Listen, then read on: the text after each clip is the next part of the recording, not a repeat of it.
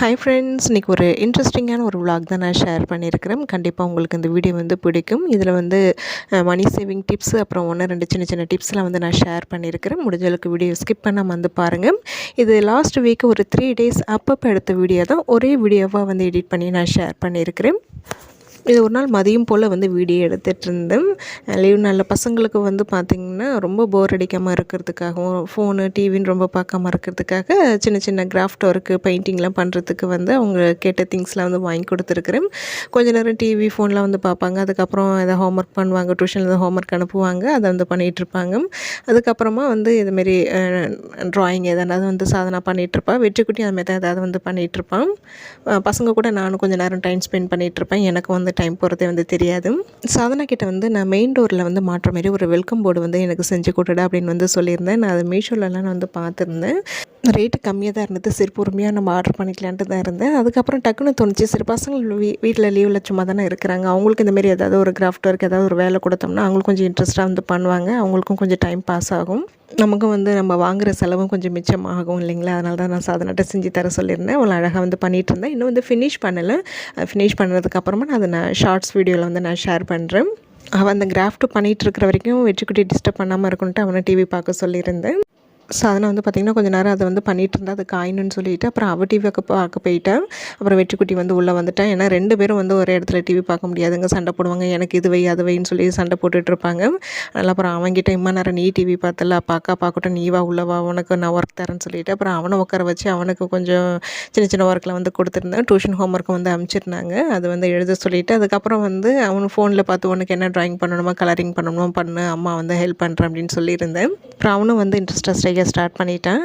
Leave டைமில் இப்படி தாங்க பசங்களை 2 பேருக்கும் சண்டை வராத அளவுக்கு மாற்றி இப்படி தான் நான் கொஞ்சம் பார்த்துக்கிட்டு இருக்கிறேன். என்ன ஒன்று, நமக்கு தான் கொஞ்சம் ரெஸ்ட் இல்லாமல் இருக்குது. கொஞ்சம் தூங்கலான்னு பார்த்தா கூட தூங்கவும் விடவும் மாட்டாங்க. நார்மல் டேஸ்லேயே நான் மேக்ஸிமம் தூங்க மாட்டேன். அதுவும் பசங்க இருக்கும்போது சுத்தமாக தூங்கவே விட மாட்டாங்க. அதனால் பசங்க கூட இப்படி தாங்க பொழுது போயிட்டுருக்குது எனக்கு. ஹிந்தியில் என்னென்ன எழுத போகிறீங்க? சரி, இப்போ எழுதுகிற வேலையை முடிங்க. ஈவினிங்காக சும்மா ஒரு 1/2 hour ரீடிங் ப்ராக்டிஸ் பண்ணிடலாம். அப்போ தான் மைண்டில் இருக்கும், இல்லைன்னா அப்புறம் மறந்து போயிடும். சரியா? ரீடிங் ப்ராக்டிஸ் ஏதாவது ஒரு புக்ஸ் எடுத்துகிட்டு ரீட் பண்ணிக்காமி அம்மாக்கு. ஹிந்தி தான் உனக்கு ஆல்ரெடி கொஞ்சம் கொஞ்சம் பண்ண தெரியும். சரி, அதையும் பண்ணு. இங்கிலீஷில் எதுனாவது ஓல்டு புக் இருக்கு இல்லையா, அதெல்லாம் எடுத்துகிட்டு பண்ணிக்கலாம் வேலை. சரிங்களாடி? இது எழுதிட்டு கொஞ்ச நேரம் ரெஸ்ட் எடுங்க. சரி, இதை முடிச்சுட்டு கொஞ்ச நேரம் ரெஸ்ட் எடுங்க. அதுக்கப்புறமா என்ன எதாவது பெயிண்டிங் பண்ண போறியா? என்ன ஏன் விருப்பம்? பெயிண்டிங் பண்ணு. என்ன பெயிண்டிங் பண்ண போகிற? என்ன பண்ணலான்னு ஐடியாவில் இருக்க? ஃபோன் பார்த்து தான் பண்ணுவேன். என்ன பண்ண போகிறேன்னு என்ன ஐடியாவில் இருக்க? மிக்கி மவுஸா இல்லை வேறு எதனாவது புக் மார்க் பண்ண போறியா?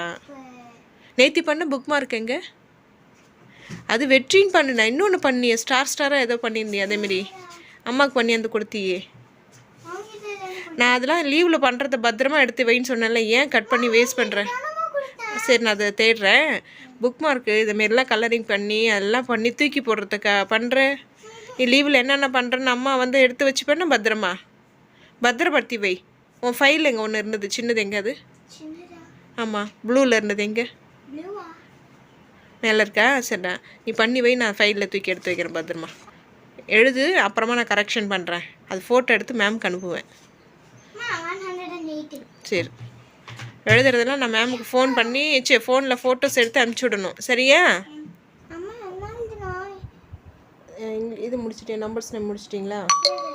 நம்பர்ஸ் நேம் எழுதிட்டிங்களா? இப்போ ஹிந்தியில் அண்ணா இது கான்சனன்ஸ் மாத்ரா அது முடிச்சுட்டு வாங்க. அதுக்கு நம்பர்ஸ் நேம், கலர்ஸ் நேமு, அப்புறம் வேறு என்னென்ன சொல்லி கொடுத்துருக்காங்க தெரியுமில்ல? சரி, 30 வரைக்கும் எழுதிடுங்க. இது நம்ம கலர்ஸ் நேம் எழுதுங்க. வேறு என்ன இவன் டக்குன்னு ஞாபகம் வரலையே. சரி, இதெல்லாம் எழுதிட்டு வாங்க, நான் யோசனை பண்ணி சொல்கிறேன். நீ அடி வரைஞ்ச? சரி, ஹிந்தி அக்கா கரெக்ஷன் பண்ணாலா? கரெக்டான எல்லாமே கரெக்ட் இருக்குன்னு சொன்னாலா? இது நீ அடி தங்க வரைஞ்சிங்க, அழகாக வரைஞ்சிருக்குது என் தங்க. இதெல்லாம் என்னது ஃபேஸா? காமிங்க, ஃபோனில் பார்த்தீங்களா? சூப்பர். கலர் அடிங்க. இதேமாரி அழகாக வெளியில் வராமல் அடிச்சு காமிங்க. ஆமாம், வெரி குட் போடுவேன். வெரி குட் போடுவேன்.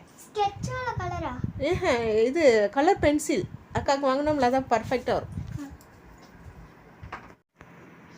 முடிச்சிட்டு அடித்தாங்க அழகு. அந்த காமிங்க, ஃபோன் காமிங்க, அதேமாரி இருக்குதான்னு பார்க்குறேன். இருங்க நான் ஹெல்ப் பண்ணுறேன். ஃபோன் காமிங்க, கிட்டக்க வாங்க. ஒன்று நோட்டு காமிடி, ஃப்ரீ நோட்டு அழகாக காமிடி. இப்போ 2 கையில் பிடிச்சிக்கிடி. ஏய் செம்மையாக பண்ணியிருக்குடி. அந்த லைன் ஃபுல்லாகவே பிளாக் கலரில் கொடு. ஃபுல்லாக அம்மா பென்சிலால் ரவுண்ட் போட்டு கொடுத்தேன்ல, அது பென்னு பிளாக் கலர் தான் இருக்கு. சரி பரவாயில்ல, சூப்பராக பண்ணியிருக்கடி தங்கண்டி. இது சூப்பர். அக்காட்ட போய் காமிங்க, அக்காட்ட போய் காமிங்க. ஓகே, சூப்பர்டி. வெற்றிக்குட்டி பார்த்திங்கன்னா அவன் கொஞ்சம் ஹோம்ஒர்க்கெல்லாம் பண்ணுற வேலை இருந்தது, அதெல்லாம் பண்ணிவிட்டு அதுக்கப்புறம் வந்து ட்ராயிங் பண்ண ஸ்டார்ட் பண்ணிவிட்டேன். அழகாக வந்து பண்ணியிருந்தாங்க.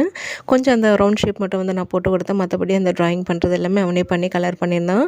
இப்போ மின்னத்துக்கும் கொஞ்சம் இம்ப்ரூவ்மெண்ட் இருக்குது வெற்றிக்குட்டிக்கும். அவனு இப்போ நல்லா பண்ண ஆரம்பிச்சிட்டாங்க, அக்கா மாரியே வந்து பார்த்து.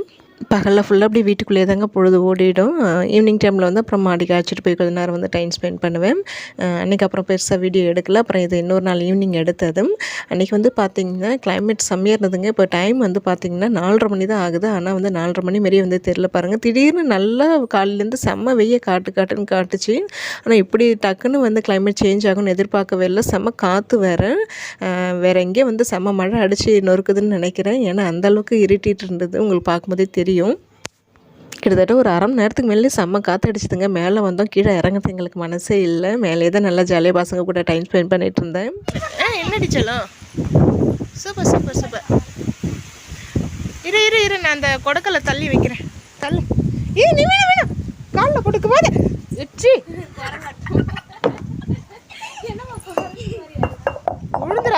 விழுந்துடாத. அவனுக்கு ஜாலியாக இருக்குது இந்த காற்று அடிக்கிறதும், கிளைமேட் செம்மையாக இருக்கிறதும். சூப்பராக இருக்குல்ல வெற்றி? ஜாலியாக இருக்குல்ல? வாவ், அம்மா மேலேயும் அப்படியே இருக்கலாம, செம்மையாக இருக்குல்ல? டேடி தான் நல்லா தூங்குறாங்க. டேடி கூட்டிகிட்டு வந்தால் கூட டேடி நல்லா என்ஜாய் பண்ணுவாங்க இந்த காற்றுல.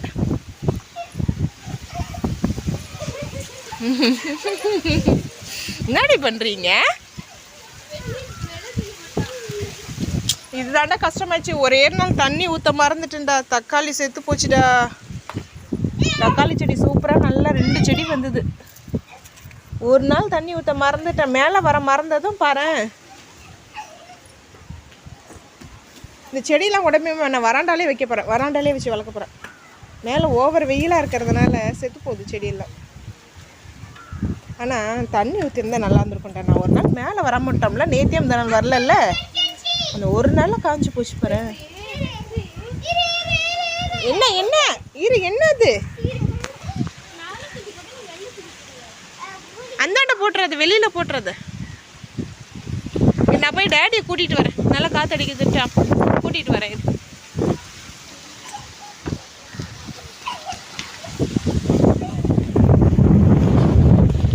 ஃபோனே ஆடுதுடா.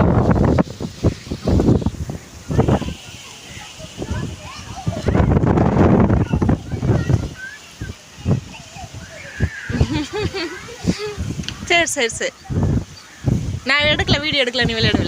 நான் விளையாடு, நான் எடுக்கலடா. நான் கீழே தான் போகிறேன். ஏன் அடுக்கல நீ கொஞ்ச நேரம் காற்று அடிக்கலாம், அப்புறம் இதெல்லாம் என்ஜாய் பண்ண முடியாதுல்ல. கொஞ்ச நேரம் மேலே இருக்கலாம். கீழே குப்பை அப்படி பறக்குது தெரு.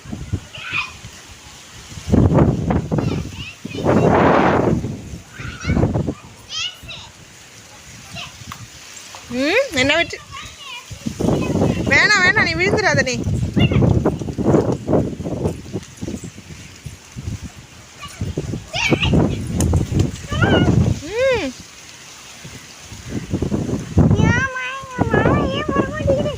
மழை வந்துடும், இன்னும் கொஞ்ச நேரத்தில் மழை வந்துடும். டேடி கோயில் போகிறாரா என்னன்னு தெரியலையே. போகலன்னு சொன்னாங்க, 5:30 போகலன்னாங்க. 2 கோயில் போகணும். ஆமாம், இன்னைக்கு அஷ்டமி வேறு. பைரவர் போய் விளக்கு போட்டுட்டு அதுக்கப்புறம் பிரித்தியங்கிற செங்கன்மால் அங்கே போயிட்டு விளக்கு போட்டுட்டு சோழிங்கநல்லூர் போகணும்னு சொன்னாங்க டேடி. இன்னும் மழை வந்துட மாட்டேங்குது, வரதுலையே போகலாமா என்னன்னு தெரியலையே.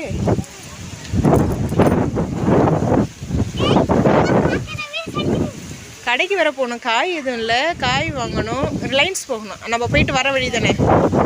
கொஞ்ச நேரம் மேலே இருந்துட்டு அதுக்கப்புறம் கீழே போய் டீ போட்டு அவங்கள எழுப்பி விட்டுட்டு அதுக்கப்புறம் நானும் மேலே வந்துட்டேன். கிளைமேட் சூப்பராக இருந்ததுங்க. உண்மையிலே கீழே இறங்கி வரவே மனசே இல்லை. அதுக்கப்புறம் கொஞ்சம் நேரத்தில் மழையும் வர ஆரம்பிச்சிருச்சு. கோயிலுக்கு போகிற வேலையெல்லாம் இருந்தது. எனக்கு இப்போ இந்த வீடியோ எடிட் பண்ணும்போது தான் டக்குன்னு ஞாபகம் வந்தது. கோயில் போகிறத பற்றி பேசும்போது தான் டக்குன்னு ஞாபகம் வந்தது. அது சண்டே அன்றைக்கி எடுத்த வீடியோ இது. அன்றைக்கி வந்து பார்த்திங்கன்னா நாங்கள் பிரத்திங்கரா கோயிலுக்கு வந்து போகலான்னு சொல்லிட்டு பிளான் பண்ணியிருந்தோம். ஈவினிங்க்கு மேலே தான் வந்து போகலான்னு நினச்சிட்டு இருந்தோம். மழை வர வந்தது. சரி மழை விட்டதுக்கப்புறம் போகலாமா வேண்டாமான்னு அதுக்கப்புறம் தான் வந்து முடிவு பண்ணணும். கொஞ்ச நேரத்தில் நல்ல மழை பெய்ய ஆரம்பிச்சிச்சிங்க. மழை விட்டதுக்கப்புறமா தான் அப்புறம் கோயிலுக்கெலாம் வந்து போயிட்டு வந்தோம். அன்றைக்கி டே வந்து பார்த்திங்கன்னா நிறைய ஊரில் வந்து நல்ல மழை பெஞ்சிருக்குது. நல்ல சூறாவளி மாரி காற்று மழைலாம் வந்து பெஞ்சிருக்குது. ஆனால் இங்கே சென்னையில் அந்த அளவுக்கு இல்லை. நல்லா ஒரு 1/2 மணி நேரம் கிட்ட நல்லா வந்து மழை பெஞ்சிட்டு இருந்தது. அன்றைக்கி இப்படி திடீர்னு கிளைமேட் சேஞ்ச் ஆகும்னு எதிர்பார்க்கவே இல்லைங்க. நான் அன்றைக்கி நியூஸ் கூட வந்து பார்க்கவும் இல்லை. காலையிலேருந்து செம்ம வெய்ய தான் நல்லா அடிச்சிட்டு இருந்தது. திடீர்னு இப்படி வந்து மழை வந்தது நான் எதிர்பார்க்கவே இல்லை. காற்றடிச்சிட்டு இருந்ததுனால அப்புறம் கரண்ட் வர போயிட்டு வந்துட்டு இருந்தது. அதுக்கப்புறம் நான் பெருசாக வந்து வீடியோஸ் எதுவும் வந்து எடுக்கல. வெளியிலலாம் போயிட்டு வந்ததுக்கப்புறம் கொஞ்சம் டயர்டாக இருந்தது. நான் அதுக்கப்புறம் வீடியோஸ் எதுவும் எடுக்கலை. அன்றைக்கி டே ஈவினிங் பொழுது அப்படி தான் வந்து போச்சு. இப்போ பார்க்குறது இன்னொரு நாள் வந்து மார்னிங் ரொட்டீன் இது. அன்றைக்கி காலையில் என்னோடய சமையல் வேலையை வந்து சீக்கிரமாக முடிக்கிறதுக்கு இப்படி தான் வந்து பிளான் பண்ணிக்கிட்டேன். அன்றைக்கி வந்து சாப்பாடு கொண்டக்கடலை கிரேவி, அதாவது மட்டன் குழம்பு டேஸ்ட்லேயே வந்து பண்ணியிருந்தேன். அன்றைக்கி டேஸ்ட் ரொம்ப ரொம்ப நல்லா வந்திருந்தது. டிஃபன் வந்து பார்த்திங்கன்னா தோசை மாவும் வந்து இருக்குது. சப்பாத்தி போட்டிருந்த மாவும் கொஞ்சம் வந்து இருக்குது. பசங்க வந்து 2த்துல எது வேணாலும் வந்து எது கேட்குறாங்களோ வந்து போட்டு கொடுக்கணும். சிம்பிளாக வேலையை வந்து முடிச்சிட்டேங்க. என்னோடய கிச்சன் வேலையை சீக்கிரமாக முடிக்கிறதுக்கு இதுமாரி தான் கொஞ்சம் பிளான் பண்ணிப்பேன். ஒரே குழம்பு வச்சுக்கிட்டோம்னா டிஃபனுக்கும் சாப்பாட்டுக்கும் வர மாரி தான் வந்து பிளான் பண்ணுவேன். அதாவது மெயினாக இந்த ஸ்கூல் டேஸில் அப்படி தான் வந்து பிளான் பண்ணுறது. ஏன்னா வந்து அறக்க பறக்க சமையல், டிஃபனு, அதுக்கு ஒரு சாம்பார், பொரியல், அப்புறம் சட்னி வேறு தனியாக அரைக்கணும் இல்லைங்களா? அதுமாரிலாம் வந்து வேலை அதிகமாக போயிட்டுருக்குங்கிறதுனால டிஃபனுக்கும் சாப்பாடுக்கும் சேர்த்து ஒரே வேலையை முடியணுன்ட்டு இதுமாரி தான் வந்து எதனாவது கிரேவி, குழம்பு அதுமாரி வந்து சாம்பார் மாரி வந்து பிளான் பண்ணிப்பேன்.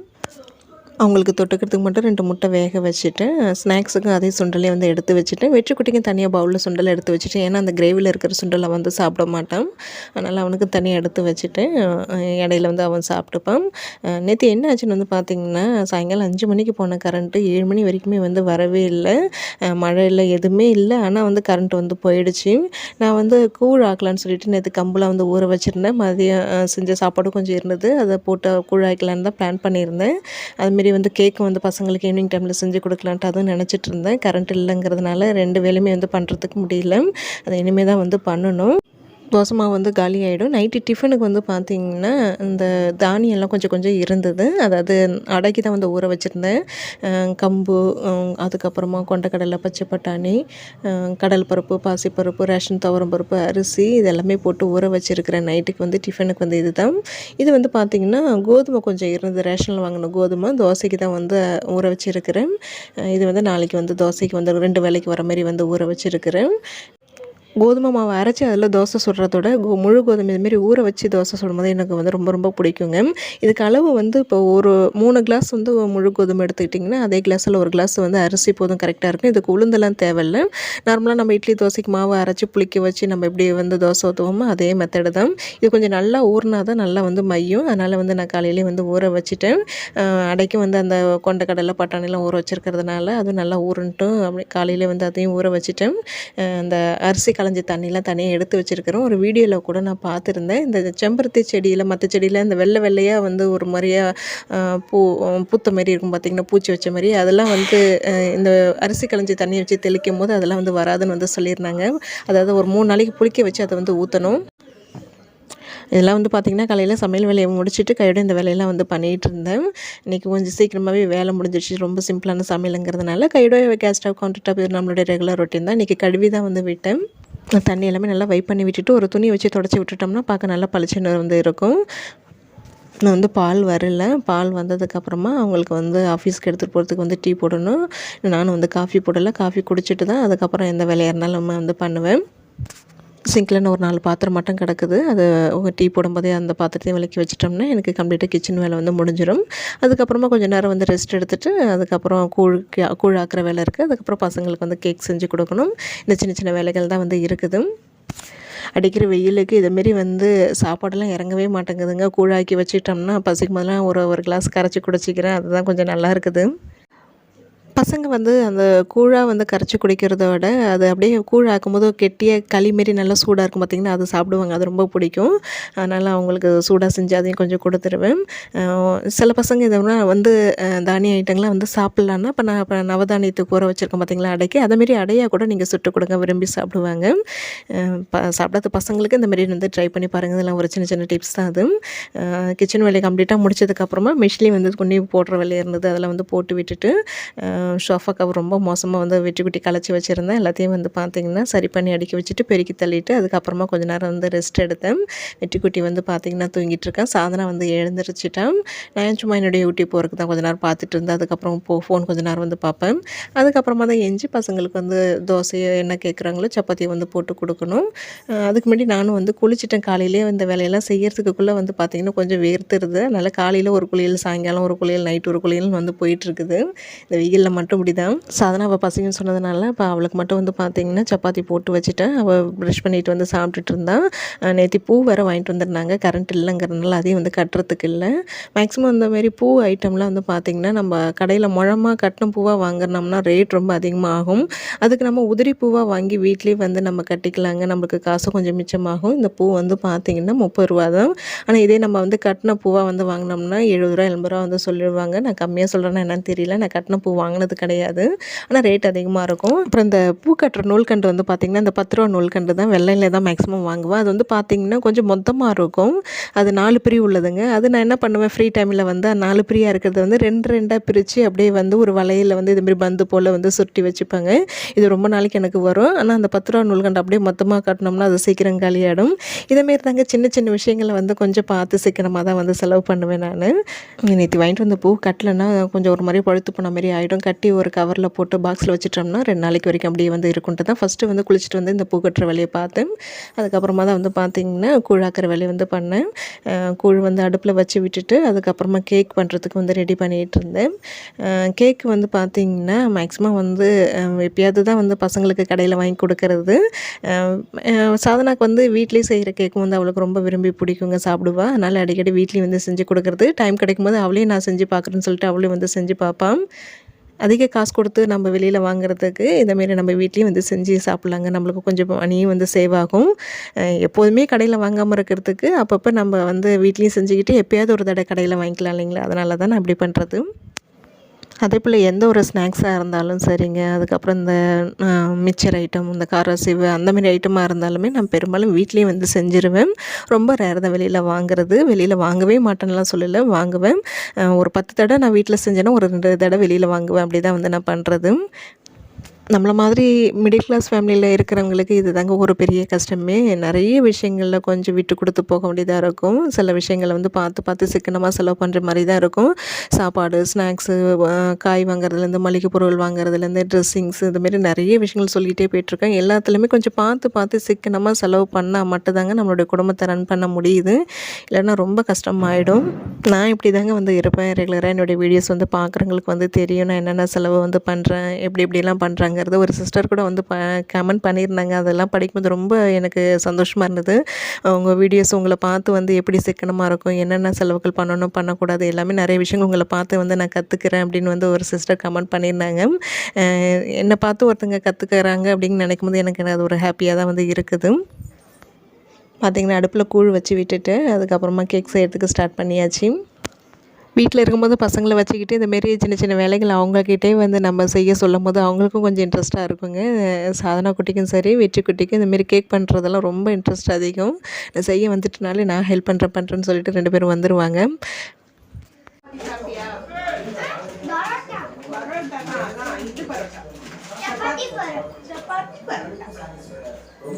கேக் செய்யலாமா? நீங்க என்ன கேக் செய்ய போறோம்? Rainbow cake. என்ன cake? Rainbow cake. Rainbow cake. Rainbow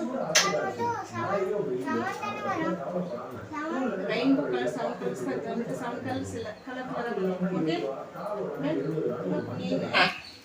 அம்மா மிக்ஸ் பண்ணுவா? பொறுமையா.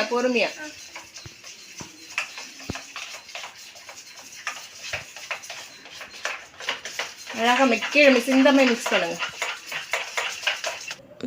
கலர் பவுட்ரு வச்சு ரெயின்போ கலரில் வந்து இன்றைக்கி கேக் வந்து பண்ணியிருந்தோம். சூப்பராக வந்து வந்திருந்தது.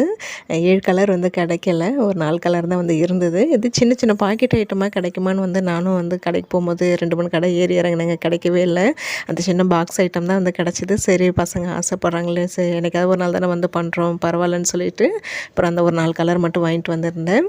அது செஞ்சு வந்து அடுப்பில் வச்சு விட்டுட்டு அப்புறம் சேர்ந்த பாத்திரத்தையும் கழுவி வந்து விளக்கிட்டேன். இந்த கேக் ரெசிபி வந்து நான் இன்னொரு விலாகில் வந்து நான் ஷேர் பண்ணுறேன்.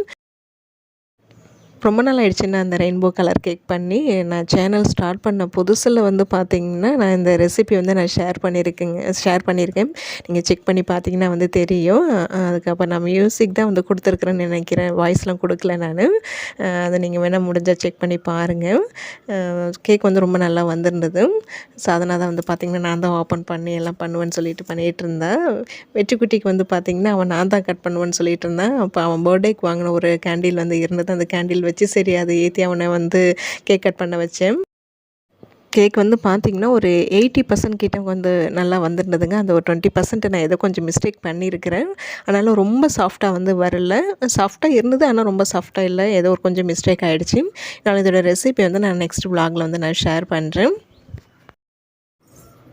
இந்த கேக்கெலாம் இப்போ நம்ம கடையில் வாங்க போனோம்னா குறைஞ்சது வந்து பார்த்திங்கன்னா 250 ரூபாயிலேருந்து ஒரு 300 ரூபா கிட்ட வந்து வரும். அதுக்கு நம்ம வீட்டிலே இப்படி வந்து செஞ்சாச்சு. நம்மளுக்கு செலவும் கொஞ்சம் கம்மியாயிடுச்சுங்க, பணமும் வந்து மிச்சமாயிடுச்சு. நான் இப்படி தாங்க வந்து கேக்கெலாம் மேக்ஸிமம் அடிக்கடி கடையில் வாங்க மாட்டேன், எப்போயாவது தான் வாங்கி கொடுக்குறது. வீட்லேயே வந்து செஞ்சு கொடுத்துருவேன். ஏற்றுங்க, ஏற்று தெரியுமா? அதுதான் ஏற்றுவானே, வெட்டிக்குட்டி ஏற்றுவானே. இது என்னடி வீடியோ வேறு பிளாக்காகவே இருக்குது. ரிங் லைட் வாங்கினோம்னா தான் பழக்கம் இருக்குமா. ஏற்றிட்டியாடி, இரு வீடியோ எடுக்கலாம். ஏய் சூப்பராக இருக்குது. வெற்றிக்குட்டிக்கு அது கேண்டில் ஏற்றி அவனை வந்து கேக் கட் பண்ண வச்சதுமே அவனுக்கு அவ்வளோ சந்தோஷமாக இருந்ததுங்க. அவன் நல்லா என்ஜாய் பண்ணான். கேக் வந்து கட் பண்ணி 2 பேரும் வந்து கொஞ்சம் கொஞ்சமாக வந்து சாப்பிட்டாங்க. நான் அந்தளவுக்கு கேக்கெலாம் வந்து விரும்ப மாட்டேங்க. உண்மையை சொல்லணும்னா எனக்கு கடையில் வாங்குகிற கேக் தான் ரொம்ப பிடிக்கும். இந்த கேக் வந்து பார்த்திங்கன்னா சும்மா செய்கிறதுக்கு டேஸ்ட் வந்து சாப்பிட்டுப்பேன். பசங்க தான் நல்லா விரும்பி சாப்பிடுவாங்க. அங்கே மெயினாக பசங்களுக்காக தான் வந்து செய்கிறது. அப்புறம் அதை செஞ்சு கொடுத்துட்டு அதுக்கப்புறம் பெருசாக நான் வீடியோஸை வந்து எதுவும் எடுக்கலை. இது ஈவினிங் போல் வந்து வீடியோ எடுத்துகிட்டு இருந்தேன். திடீர்னு கரண்ட்டு போகுது, வரமாட்டேங்குது, ரொம்ப நேரம் ஆகுதுங்கிறனால கொஞ்சம் சீக்கிரமாக வேலையை ஸ்டார்ட் பண்ணிவிட்டேன். கிரைண்டரில் வந்து அந்த கோதுமை தோசைக்கு மாவு போட்டு விட்டுட்டு நம்ம பாத்திரம் வந்து விளக்கணும், டீ வந்து போடணும். அதுக்கப்புறம் வந்து பார்த்திங்கன்னா அடைக்கு வந்து மாவு அரைச்சி வச்சிட போகிறேன். அரைச்சி வச்சிட்டோம்னா அப்புறம் நைட்டுக்கு சாப்பிடும்போது வந்து சூடாக ஊற்றிக்கலான்ட்டு இருந்தேன். அந்தமாரி தான் வந்து பண்ணிகிட்டு இருந்தேன். இன்றைக்கி வந்து பார்த்திங்கன்னா ஒரு ரேண்டம் விலாக், அப்பப்போ இந்த லாஸ்ட் வீக் எடுத்த வீடியோஸ் தான் ஒரே விலாகில் வந்து நான் இன்றைக்கி ஷேர் பண்ணியிருக்கிறேன். கண்டிப்பாக உங்களுக்கு இந்த வீடியோ பிடிச்சிருக்கும்னு நினைக்கிறேன். வீடியோ பிடிச்சிருந்தால் லைக் பண்ணுங்கள். நாளைக்கு இன்னொரு இன்ட்ரெஸ்டிங்கான ஒரு விலாகில் வந்து பார்க்கலாம்.